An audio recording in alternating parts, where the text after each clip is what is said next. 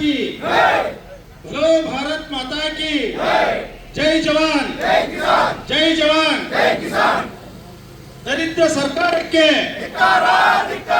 ದರಿದ್ರ ಸರ್ಕಾರಕ್ಕೆ, ನಿಷ್ಪ್ರಯೋಜಕ ಸರ್ಕಾರಕ್ಕೆ, ನಿಷ್ಪ್ರಯೋಜಕ ಸರ್ಕಾರಕ್ಕೆ ಇದು ಹೋಗು ಮಟ್ಟನೂ ನಮಗೆ ಇದು ತಪ್ಪಿದ್ದಲ್ಲ. ಈ ಸರ್ಕಾರ ಬಂದೈತಿ ನಾವು ಹೋರಾಡೋದು ತಪ್ಪೇ ಇಲ್ಲ. ಎಲ್ಲದಕ್ಕೂ ಹೋರಾಟ. ಅವ್ರು ಗ್ಯಾರಂಟಿ ಆಗ್ಬಿಡಕ್ಕೆ. ಏನ್ ಗ್ಯಾರಂಟಿ ಆಗೈತಿ? 2,000 ಕೋಟಿ ರೋಡ್ ಹಾಕ್ತಾರ ಅಂತ. ರೈತರ ಸಾಯ್ಲಿ, ನೌಕರರ ಸಾಯ್ಲಿ, ರಸ್ತೆ ಗುಂಡಿ ಬೀಳಲಿ, ನಿರುದ್ಯೋಗವರು ತಾಂಡಾಡ್ಲಿ, ಅದು ಯಾವುದೂ ಅವ್ರಿಗೆ ಬೇಕಾಗಿಲ್ಲ. ಇವತ್ತ ಹೆಸರು ಬೇಳೆ ಬೆಳೆದ್ವಿ ನಾವು. ಹೆಸರು ಬೇಳೆ ಮಳೆ ಸಿಕ್ಕೆಲ್ಲ ಹಾಳಾಗಿ ಹೋಗ್ತದೆ. ತಿಂತೀವಿ ಅಂದ್ರು, ನಾವು ಬೆಳೆದ್ ನಾವು ತಿಂತೀವಿ ಅಂದ್ರೂ ಪ್ರಕೃತಿ ತಿನ್ನಕ್ಕೂ ಬಿಡ್ಲಿಲ್ಲ ನಮ್ಮನ್ನ. ಈ ಎಲ್ಲ ಕಷ್ಟಗಳನ್ನ ಕಂಡು ನಮ್ಮ ಈ ಕ್ಷೇತ್ರದ ಕ್ರಿಯಾಶೀಲ ಶಾಸಕರಾದ ಡಾಕ್ಟರ್ ಚಂದ್ರು ಲಮಾಣಿ ಅವರು ಹೆಸರು ಬೆಳೆನೂ ಕಳ್ಕೊಂಡ್ವಿ. ಈಗ ಹಂಗ ಮೆಕ್ಕೆಜೋಳನ ಒಕ್ಕಲಿ ಮಾಡಕತ್ತೀವಿ. ಪ್ರಕೃತಿ ಒಟ್ಟು ಏನೋ ಒಟ್ಟು ಅನುಕೂಲ ಮಾಡಿಕೊಟ್ಟೈತಿ. ಆ ಮೆಕ್ಕೆಜೋಳದ ಬೆಳೆ ನಮ್ಮ ಮನೆಗೆ ಬರೋದ್ರೊಳಗ ಈ ಖರೀದಿ ಕೇಂದ್ರ ಪ್ರಾರಂಭ ಆಗಲಿ ಅನ್ನುವಂಥ ಸದಾದ್ದೇಶವನ್ನು ಇಟ್ಕೊಂಡು ಈ ಎಲ್ಲ ಮೋರ್ಚಾಗಳನ್ನ, ಮಂಡಲದ ಎಲ್ಲ ಪದಾಧಿಕಾರಿಗಳನ್ನ, ರೈತರನ್ನ ಸೇರಿಸಿಕೊಂಡು ಸಿರಟಿಯ ಪೇಟೆ ಆಂಜನೇಯ ದೇವಸ್ಥಾನದಿಂದ ಗಂಟಲನ್ನು ಹರ್ಕೊಂಡು ಚೀರ್ತಾ ಸರ್ಕಾರದ ಒಂದು ಗಮನ ಸೆಳೆಯುತ್ತಾ ನಾವು ಇಲ್ಲಿಗೆ ತಹಶೀಲ್ದಾರ್ ಆಫೀಸ್ಗೆ ಬಂದು ಮುಟ್ಟಿವಿ. ತಹಶೀಲ್ದಾರ್ ಆಫೀಸ್ಗೆ ಬಂದು ಮುಟ್ಟಿವಿ ಅಂದ್ರೂ ಸರ್ಕಾರ ಕಿವಿನೂ ಇಲ್ಲ, ಕಣ್ಣೂ ಇಲ್ಲ, ಅದಕ್ಕೆ ಸ್ಪರ್ಶ ಜ್ಞಾನನೂ ಇಲ್ಲ. ಇಂಥ ಹೊತ್ನಾಗ ನಮ್ ಕೂಗ್ ಕೇಳಾರ ಯಾರು? ಇನ್ನೊಂದು ನೀವು ಗಮನಿಸ್ರಿ, 3-4 ದಿವಸ ಆಗಿಲ್ಲ ಬಿಹಾರದಲ್ಲಿ ಚುನಾವಣೆ ನಡೆದ್ರು. ಏನೆಲ್ಲ ಆಮಿಷಗಳನ್ನು ಒಟ್ಟಿದ್ರಲ್ಲೇ. ಪ್ರತಿ ಮನೆಗೆ ಒಂದು ನೌಕರಿ ಕೊಡ್ತೀವಿ ಅಂದ್ರು. ಯಾವುದಕ್ಕೂ ಅವರು ಆಮಿಷಕ್ಕೆ ಬಲಿ ಆಗಲಿಲ್ಲ. ಅವರನ್ನು ಸಹಿತ, ಬಿಹಾರಿಗಳನ್ನು ಸಹಿತ ಈ ಸರ್ಕಾರ ಗೇಲಿ ಮಾಡಿತು. NDA ಸರ್ಕಾರ ಅಂತಂದ್ರೆ ನೀವು ದುಡಿಯಕ್ ಮತ್ತು ವಲಸೆ ಕರ್ನಾಟಕಕ್ಕೆ ಬರಬೇಕು ಅಂತ. ಸರಿ, ನಾವು ಕರ್ನಾಟಕಕ್ಕೆ ದುಡಿಯಾಕರ ಹೋಗ್ತೀವಿ, ನೀವು ಬೇಡ ಅಂತ ತಿರಸ್ಕಾರ ಮಾಡಿದ್ರು. ಆದ್ರೆ ನಮ್ಮ ಜನ ಏನ್ ಮಾಡಿದ್ರು?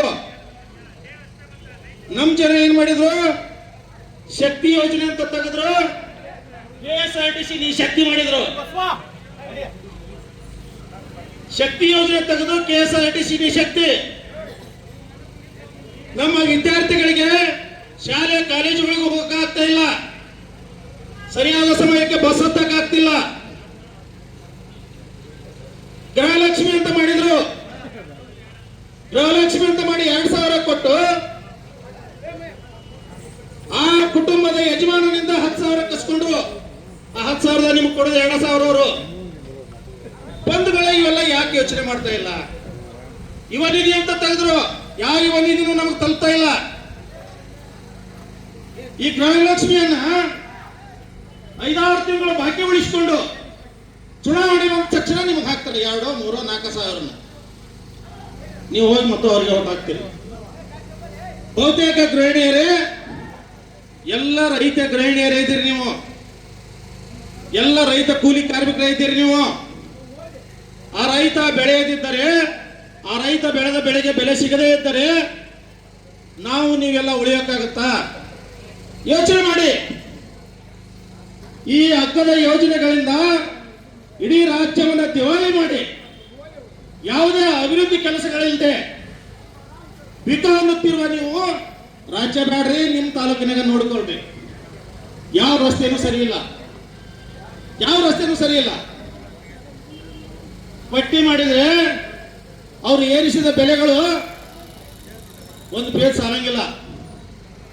ಅವರ ಕೊಟ್ಟ ಅನುಕೂಲಗಳು ಬೆರಳಿಕೆ 6 ಹೇಳ್ತಾರಲ್ಲ ಅವರು. ಕೊಟ್ಟದ್ದು 6 ಗ್ಯಾರಂಟಿ ಕೊಟ್ಟದ್ದು 6 ಗ್ಯಾರಂಟಿ, ಕಸ್ಕೊಂಡದ್ದ ಭಾಳ ಅವರು. ಯೋಚನೆ ಮಾಡಿ ಬಂಧುಗಳೇ. ಅವ್ರು ಹೇಳ್ತಾರ ಇಡೀ ದೇಶದೊಳಗೆ ಕಾಂಗ್ರೆಸ್ ಮುಕ್ತ ಆಗುವಂತ ಸಂದರ್ಭದೊಳಗೆ ಉಳ್ಕೊಂಡಿರೋದು 2 ರಾಜ್ಯ ಅವರು. ನೀವು ಭಾರತ ನಕಾಶ ತೆಗೆದು ನೋಡ್ರಿ, ಭಾರತ ನಕಾಶ ತೆಗೆದು ನೋಡ್ರಿ, 2 ರಾಜ್ಯದೊಳಗೆ ಇರೋದವರು. ಅವರ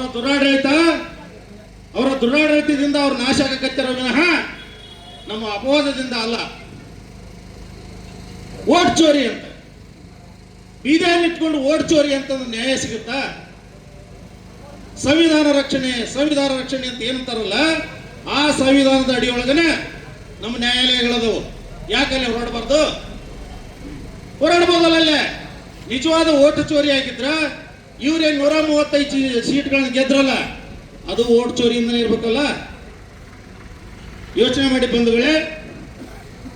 ಅತ್ಯಂತ ಶೀಘ್ರ ಇವೆಲ್ಲ ಗ್ಯಾರಂಟಿಗಳನ್ನ ಬಂದ್ ಮಾಡಿ ರೈತರಿಗೆ ಕೊಡುವಂತ ಪುಣ್ಯ ಕಟ್ಕೊಡ್ರಿ ಮಾರ್ರೆ. ರೈತರಿಗೆ ಕೊಟ್ಟು ರೈತ ಬದುಕಬೇಕು. ರೈತನ ಬದುಕ್ಸ್ರಿ ಈ ನಾಡು ಬದುಕ್ತೈತಿ. ಬರೀ ಇವ ರೈತ ದೇಶದ ಬೆನ್ನೆಲುಬು ಅಂದ್ರ ಅವ ಬದುಕೋದಿಲ್ಲ. ಆ ಬೆನ್ನೆಲುಬು ಮುರಿಯುವಂತ ಕೆಲಸ ಈ ಸರ್ಕಾರ ಮಾಡಕತ್ತೈತಿ. ಅದು ಆದಷ್ಟು ಬೇಗ ನಿಲ್ಲಬೇಕು. ಇವು ಅಗ್ಗದ ಗ್ಯಾರಂಟಿಗಳು, ದಿವಾಳಿ ಗ್ಯಾರಂಟಿಗಳು ಹೋಗಬೇಕು.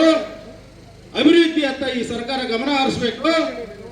ಆದಷ್ಟು ಬೇಗ ಖರೀದಿ ಕೇಂದ್ರಗಳನ್ನು ತೆಗೆದು ಇನ್ನು 75ಕ್ಕಿಂತ ಹೆಚ್ಚು, ಶೇಕಡ 75ಕ್ಕಿಂತ ಹೆಚ್ಚು ಇನ್ನೂ ಹೊಲದಾಗ ಅದು ಮುಸ್ಕಿನ ಜೋಳ ಅದು ಬರುವುದರೊಳಗಾಗಿ ಈ ಖರೀದಿ ಕೇಂದ್ರಗಳನ್ನು ತೆಗೆದು ಬೆಂಬಲ ಬೆಲೆ ಅಡಿಯಲ್ಲಿ ಖರೀದಿ ಮಾಡಿಕೋಬೇಕು ಅಂತ ವಿನಂತಿ ಮಾಡಿ ಇಲ್ಲಿ ಮಾತನಾಡಲಿಕ್ಕೆ ಅವಕಾಶ ಮಾಡಿಕೊಟ್ಟಂತ ಎಲ್ಲ ಪದಾಧಿಕಾರಿಗಳಿಗೂ ವಂದಿಸಿ ನನ್ನ 2 ಮಾತುಗಳನ್ನು ಮುಗಿಸ್ತೀನಿ. ಜೈ ಜವಾನ್, ಜೈ ಕಿಸಾನ್.